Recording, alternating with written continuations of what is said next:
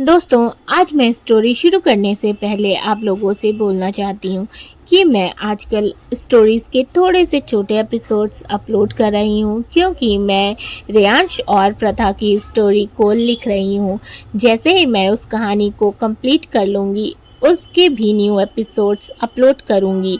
तब तक रुद्र और रम्या की स्टोरी के एपिसोड्स थोड़े से छोटे रहेंगे क्योंकि मुझे दोनों ही तरफ फोकस करना पड़ रहा है। एक तो इसके एपिसोड्स बनाने पड़ते हैं, ऊपर से उस स्टोरी को लिखना होता है, जिस वजह से मुझे बहुत प्रॉब्लम हो रही है। इसलिए प्लीज़ आप लोग थोड़ा सा एडजस्ट कर लें।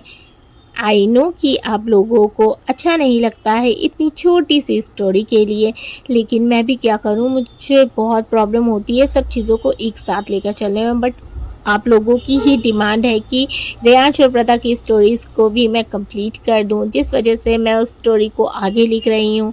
और साथ ही रुद्र और रम्या की स्टोरी भी लिखनी होती है, जिस वजह से मुझे टाइम मैनेज करने में प्रॉब्लम हो रही है। आई नो कि आप लोग मेरी प्रॉब्लम को समझेंगे, तो चलिए कहानी को शुरू करते हैं।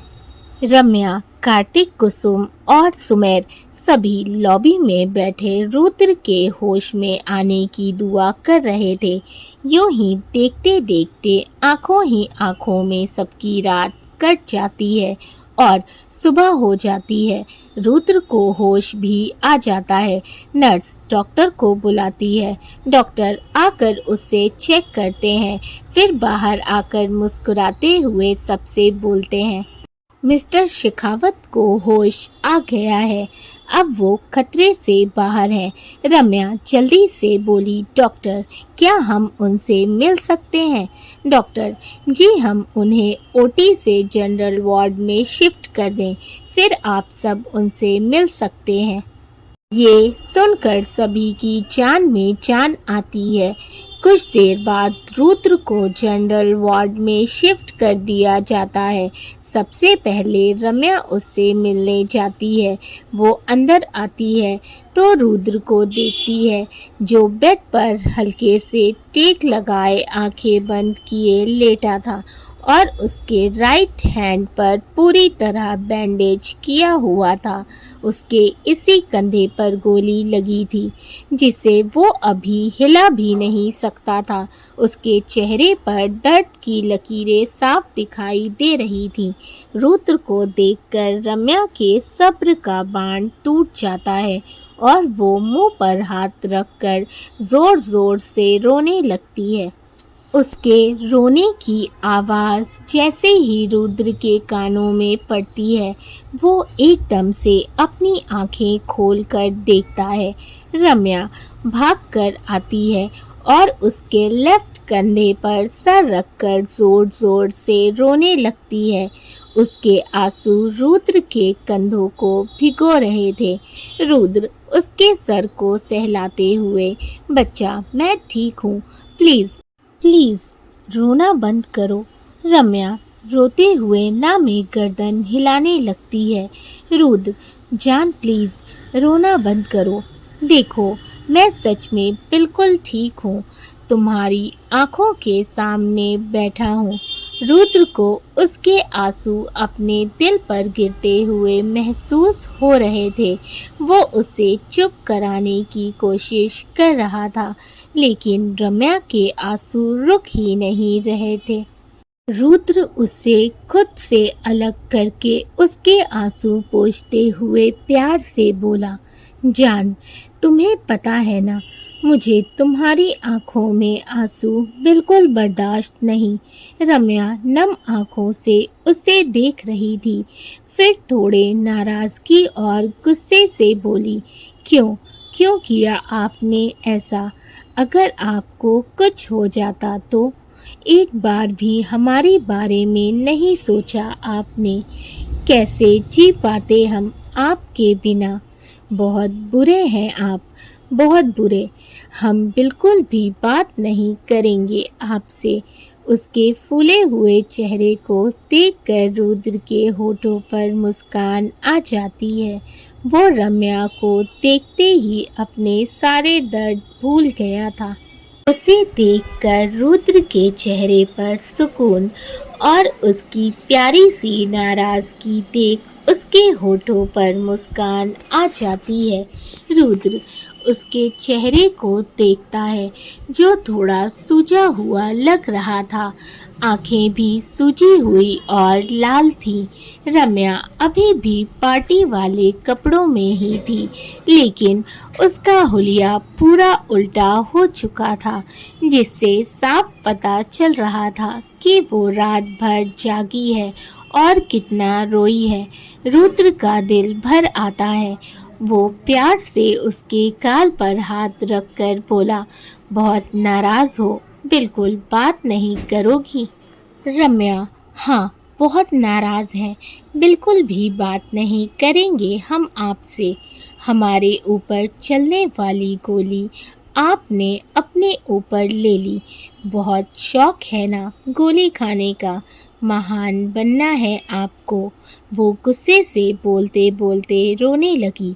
रुद्र उसे अपने करीब कर उसके आंसू पोंछते हुए मुस्कुरा कर बोला, गोली खाने और महान बनने का शौक तो नहीं है मुझे, लेकिन हाँ, अपनी जान के ऊपर आए हर खतरे को खुद पर लेने का शौक जरूर रखता हूँ मैं।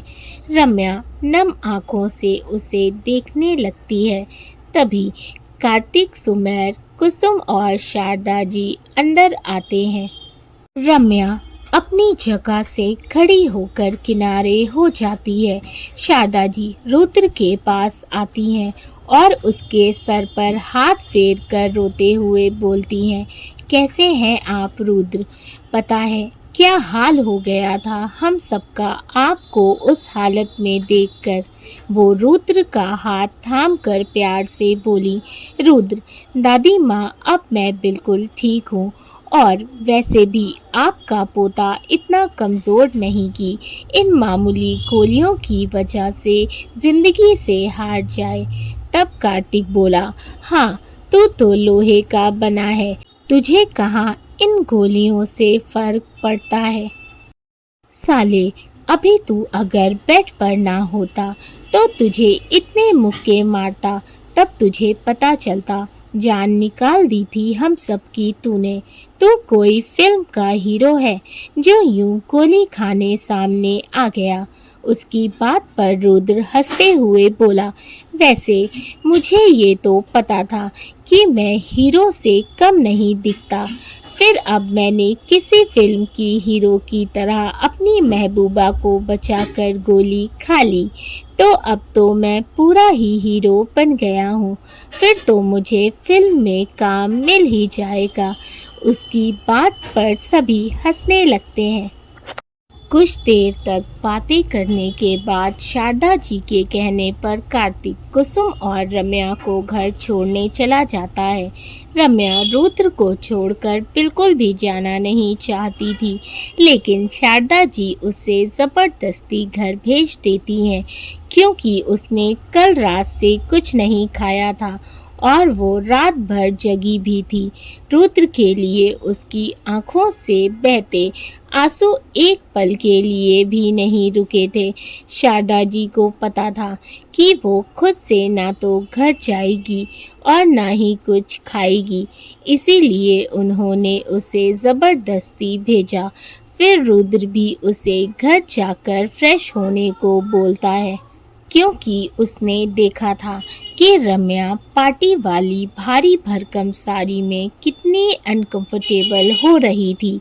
रुद्र और शारदा जी के जिद के कारण उसे मजबूरन जाना पड़ता है, लेकिन वो दोपहर में ही वापस हॉस्पिटल आ जाती है।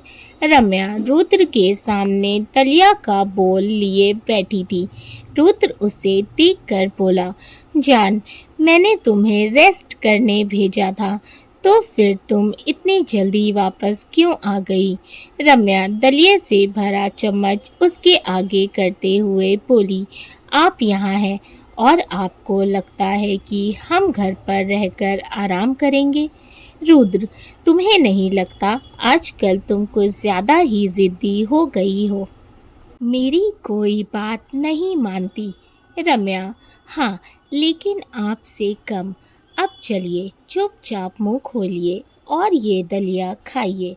रुद्र उसे देखकर बुरा सा मुंह बनाता है, फिर उसके हाथों से दलिया खाने लगता है। रम्या बड़े प्यार से उसे फूंक फूंक कर खिला रही थी, वहीं रुद्र बस उसे प्यार से निहारे जा रहा था। फिर कुछ सोचकर बोला, जान तुमने कुछ खाया? रम्या नजर चुराकर बोली, हाँ हाँ खाया है ना। रुद्र उसके चेहरे पर आए गए भावों को देखकर अपनी आंखें छोटी करके बोला, अच्छा और क्या खाया था तुमने? रम्या एकदम से हड़बड़ा जाती है और जल्दी से बोलती है, वो हमने पनीर की सब्जी और रोटी खाई है। रुद्र के चेहरे के भाव एकदम से सख्त हो जाते हैं। वो थोड़े गुस्से से उसे देखने लगता है। रम्या फिर से दलिया के चम्मच को उसकी तरफ बढ़ाती है, लेकिन रुद्र मुंह नहीं खोलता और वैसे ही गुस्से में उसे देखता रहता है। रम्या घबरा कर बोली, क्या हुआ? आप हमें ऐसे क्यों देख रहे हैं? और दलिया खाइए वरना ठंडी हो जाएगी। फिर आपको मेडिसिन भी लेनी है। रुद्र, जब तुम्हें झूठ बोलना नहीं आता तो क्यों बोलती हो? उसकी बात सुन रम्या एकदम से नजरें उठाकर उसे देखती है, फिर जल्दी से नजरें झुका लेती है। खुद तुम भूखी हो और मुझे खाने को बोल रही हो। रम्या कुछ बोलती उससे पहले सुमेर डोर नॉक करके बोला, सही कहा भाई आपने, डांटिए इन्हें, ये तो किसी की सुनती नहीं है। कल रात से भूखी हैं। नानू ने इतना कहा, लेकिन मजाल है कि रोटी का एक टुकड़ा भी हलक से उतारा हो। उसकी बात सुन रुद्र रम्या को नाराजगी से घूरने लगता है। वहीं रम्या सुमेर को गुस्से से देख रही थी, क्योंकि उसे पता था कि सुमेर की बात सुन रुद्र उसे कितना डांटने वाला है। सुमेर लंच बॉक्स टेबल पर रखकर बोला, भाई आप रूमी को डांट के साथ साथ ये खाना भी खिला दीजिएगा। फिर मुस्कुराते हुए बोला, और enjoy your quality time love birds. फिर हंसते हुए वहां से चला जाता है। रम्या अभी भी वैसे ही नजरें झुकाकर बैठी थी, लेकिन उसे महसूस हो रहा था कि रुद्र उसे ही घूर रहा है। रम्या मासूम सा मुंह बनाकर बोली, अब आप हमें ऐसे घूरिए तो मत। रुद्र, अच्छा मैं तुम्हें घूरूं नहीं तो और क्या करूं? कल से भूखी हो। रम्या, सच्ची हमें भूख नहीं है। रुद्र, हाँ पता है मुझे, चलो खाना निकालो और अभी मेरे सामने खाओ। रम्या, आप खा लीजिए, हम बाद में खा लेंगे। रुद्र, हो गया, बोल लिया, अब चलो चुपचाप खाना निकालो और खाओ। रम्या गुस्से से उसे देखती है, फिर लंच बॉक्स खोलकर प्लेट में खाना निकालती है और चुपचाप खाने लगती है। ये देखकर रुद्र के फेस पर मुस्कान आ जाती है। स्टोरी अच्छी लगे तो वीडियो को लाइक कर दीजिएगा, चैनल को सब्सक्राइब नहीं किया है तो कर लें। इस तरह से प्यार बनाए रखें, अपने फीडबैक मुझे ज़रूर दें। Thank you for watching and keep supporting, love you all.